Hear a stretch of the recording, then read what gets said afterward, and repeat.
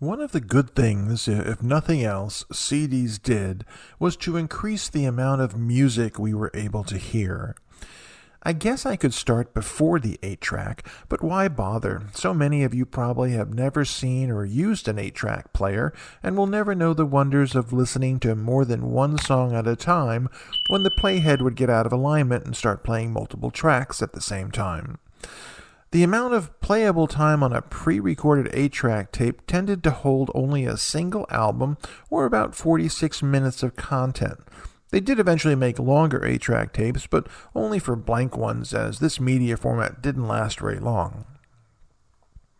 At the same time as the 8-track tape, the LP album was the true moneymaker for the industry, clocking in at a maximum of 50 minutes and generally held between 10 to 12 tracks. This was the staple, this was the bread and butter of what was the music business before CDs and digital music came around.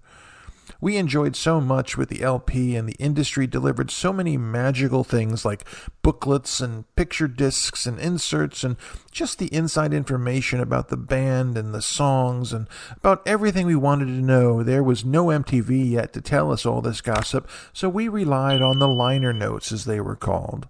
It was the equivalent of a book to some of us, as we found out about all the people who were on the album and what they played.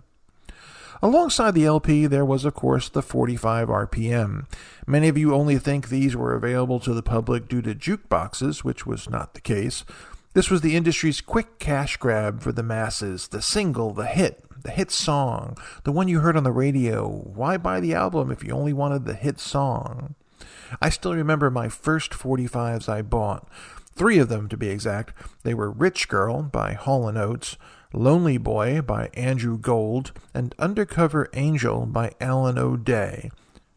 What can I say? I was a small kid, and I liked bubblegum pop music at the time.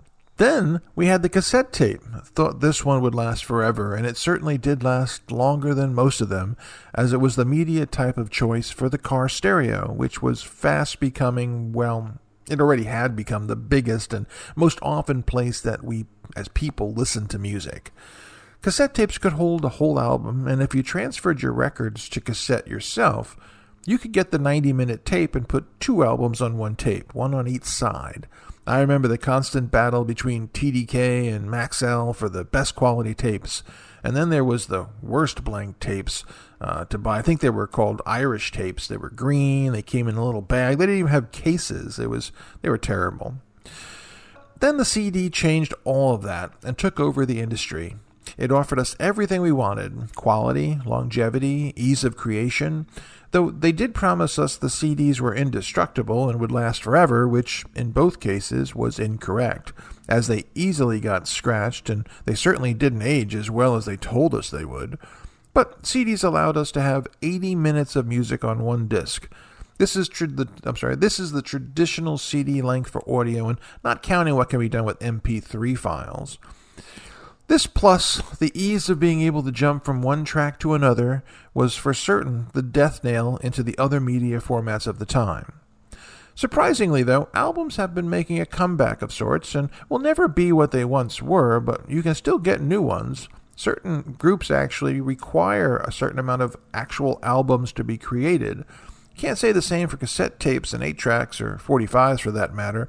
Best find those in the flea markets and yard sales.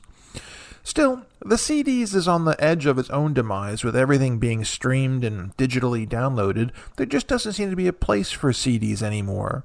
Even the new cars don't have CD players. Everything is Bluetooth or USB. Do I miss the old days? Sure, but it's hard to pass up the amount of music you can stream or just have on your phone or music device. Sure, we may be nostalgic for the old times, but it is so much more fun to ask Alexa to play Stairway to Heaven than go find the album and reconnect the turntable.